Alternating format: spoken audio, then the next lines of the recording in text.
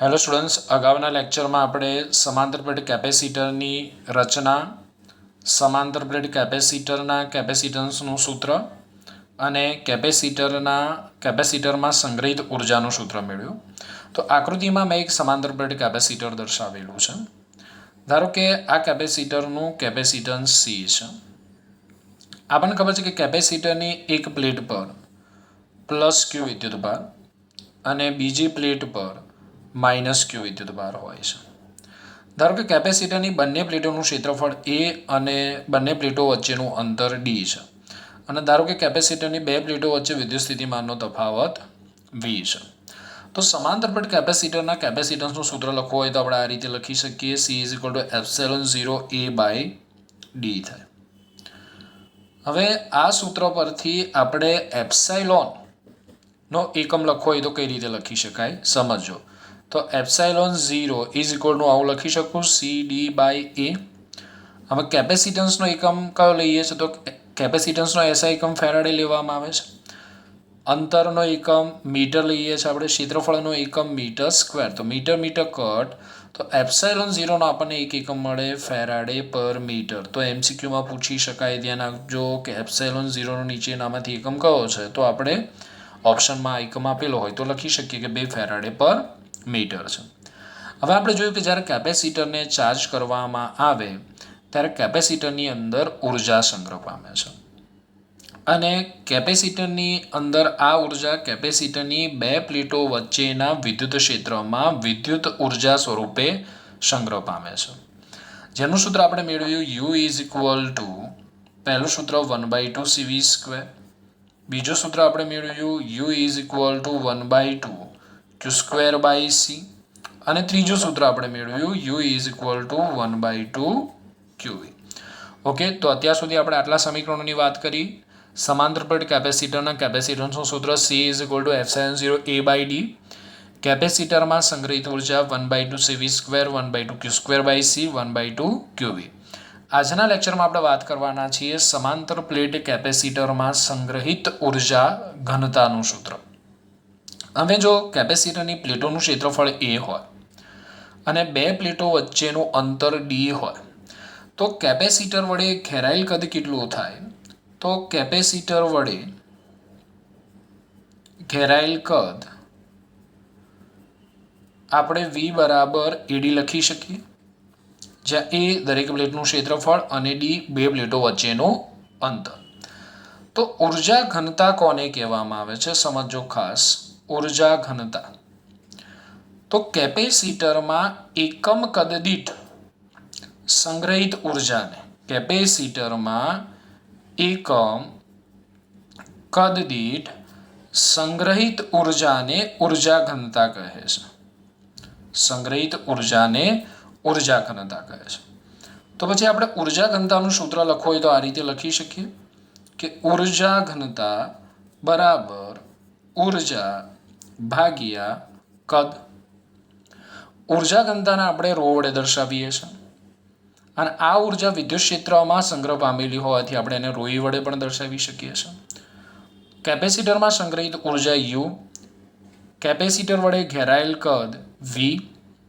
Okay, અહીંયા સુધી ખબર પડે. તો ઉર્જા ઘનતાનું એક સૂત્ર આવું પણ આપણે લખી શકીએ rho is equal to U by V. હવે કેપેસિટરમાં સંગ્રહિત ઉર્જાનું સૂત્ર આપણે આ લઈ લઈએ 1/2 CV સ્ક્વેર. તો આપણે આવું લખી શકીએ કે rho E is equal to 1/2 CV square અને કેપેસિટરનું કદ આપણે લઈએ V is equal to AD. ચલો અહીંયા સુધી દરેક જણાને ખબર પડે છે.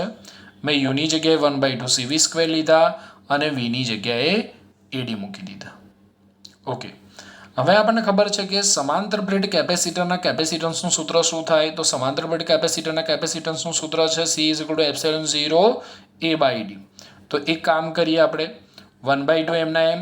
આ જે સી છે એ સીની જગ્યાએ હું લખી શકું epsilon 0 A by D into V square by AD. ખબર પડી? સમાંતર પ્લેટ કેપેસિટરના કેપેસિટન્સનું સૂત્ર C is equal to epsilon 0 A by D into V square by A into D. Okay, હવે હું આને આ રીતે લખું છું 1/2 એપ્સિલોન 0 અહીંયા એ કટ થઈ જશે તો આપણને મળશે v²/d². ખબર પડે છે દરેક જણાને? ઓકે, હવે આપણી જોડે વિદ્યુત ક્ષેત્ર અને વિદ્યુત સ્થિતિમાન વચ્ચેનો સંબંધ દર્શાવતું સમીકરણ છે E is equal two v/d. E is equal two v/d. તો v²/d² છે એની જગ્યાએ આપણે શું લખી શકીએ? e². તો આપણને સમીકરણ શું મળે? તો ρe is equal to 1/2 ε0 e², જેને કેપેસિટરમાં સંગ્રહિત ઉર્જા ઘનતાનું સમીકરણ કહે છે. ઓકે, એકદમ સહેલી થિયરી છે, દરેક વિદ્યાર્થીને આવડે. ઓકે, એમાં થિયરિટિકલ મુદ્દા આપણે લખીએ. તો આજનું ક્વેશ્ચન, સમાંતર પ્લેટ કેપેસિટરમાં સંગ્રહિત ઉર્જા ઘનતાનું સૂત્ર મેળવો. તો પહેલો મુદ્દો આપણે લખી નાખીએ. જો કેપેસિટરની પ્લેટનું ક્ષેત્રફળ, જો કેપેસિટરની પ્લેટનું ક્ષેત્રફળ એ અને બંને પ્લેટો વચ્ચેનું અંતર d હોય તો કેપેસિટન્સ C બરાબર ε0 a/d થાય. ઓકે, હવે આ કેપેસિટર દ્વારા સંગ્રહિત ઉર્જાનું સૂત્ર લખવું હોય આપણે, આ કેપેસિટર દ્વારા સંગ્રહિત ઉર્જાનું સૂત્ર લખવું હોય તો આપણે લખી શકીએ U is equal to 1/2 cv². તો સમીકરણ 1 ને આપણે કહી દઈએ C is equal two ε0 a/d અને સમીકરણ 2 આપણે કહીએ U is equal to 1/2 cv². હવે કેપેસિટર વડે ઘેરાયેલ કદ, તો આપણે લખી શકીએ V બરાબર, આ કદ છે, V બરાબર a ઇન્ટુ d. હવે કેપેસિટર વચ્ચેના વિસ્તારમાં, કેપેસિટરની બે પ્લેટો વચ્ચેના વિસ્તારમાં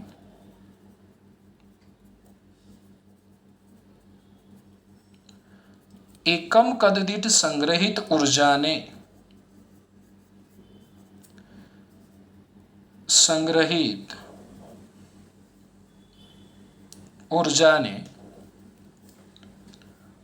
ઉર્જા ઘનતા કહે છે. તો હું ડાયરેક્ટ સૂત્ર લખું છું અહીંયા, ρe is equal two u/v. u એટલે ઉર્જા છે અને v એટલે કદ છે. તો આપણે uv બરાબર હું લખી શકું ad. આ સમીકરણમાં આપણે યુની કિંમત મૂકીએ તો હું યુની કિંમત મૂકું તો ρe ઇઝ ઇક્વલ ટુ લખી શકાય, યુની કિંમત મૂકું છું ધ્યાન આપજો, 1/2 cv²/ad. પણ સમાંતર પ્લેટ કેપેસિટરના કેપેસિટન્સનું સૂત્ર C is equal two ε0 a/d માટે આપણે લખી શકીએ 1/2 C ની જગ્યાએ ε0 a/d ગુણ્યા v²/ad. Okay, but A cut, તો આપણને શું મળશે? 1/2 ε0 A cut d into d v²/d². પણ આપણને ખબર વિદ્યુત ક્ષેત્ર અને વિદ્યુત સ્થિતિમાન વચ્ચેનો સંબંધ E is equal two v/d. તો v²/d² ઇઝ ઇક્વલ ટુ આપણે લખી શકીએ e². માટે આપણને સૂત્ર મળે ρe is equal to 1/2 ε0 e². Okay, એકદમ સિમ્પલ સાબિતી છે. હવે આપણને ઉર્જા ઘનતા વિશે MCQમાં કેટલાક પ્રશ્નો પૂછાયેલા છે, એના વિશે વાત કરીએ. તો ઉર્જા ઘનતા, જેને આપણે દર્શાવીએ છીએ ρ વડે, એની આપણે વ્યાખ્યા લખવી હોય તો આ રીતે લખી શકીએ કે કેપેસિટરની બે પ્લેટો વચ્ચે